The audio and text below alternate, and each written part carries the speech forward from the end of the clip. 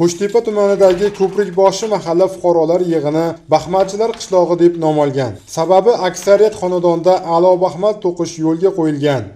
Yo'q, xo'jalikda o'zi yo'q. Bu mahallamizda bu dastgoh tushirilmagan xo'jalikda o'zi yo'q. Har bitta xo'jalikda bittadan, ikkitadan, ko'pida 3 tadan ham bor. Nilufarxon G'oziyeva ham a'lo baxmal to'qishga shaydo. Ikki qizini ham hunarli qilib turmushga uzatdi.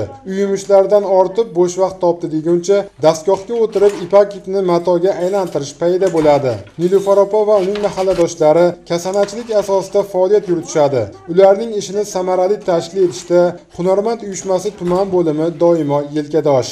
Asosan o'sha Turkiya, Italiyadan zakazlar tushadi.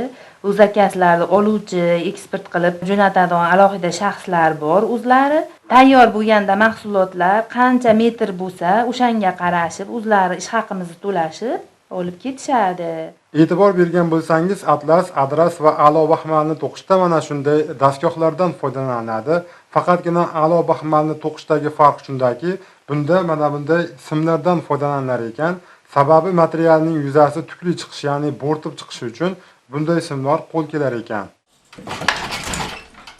Dastgohu zarur vositalar tinim bilmas ekan, bejirim matoning qulochi ortaveradi. Faqat shu ish bilan shug'ullanuvchilar bir kunda 3 metrdan 5 metrgacha baxmal to'qiydi. Qancha ko'p to'qilsa, daromad ham shunga yarasha bo'ladi, deydi Nilufar G'oziyeva.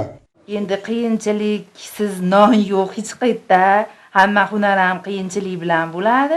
Odam qiziqsa, qiyinchilik bilinmaydi. Qiziqmasa endi bilmadim.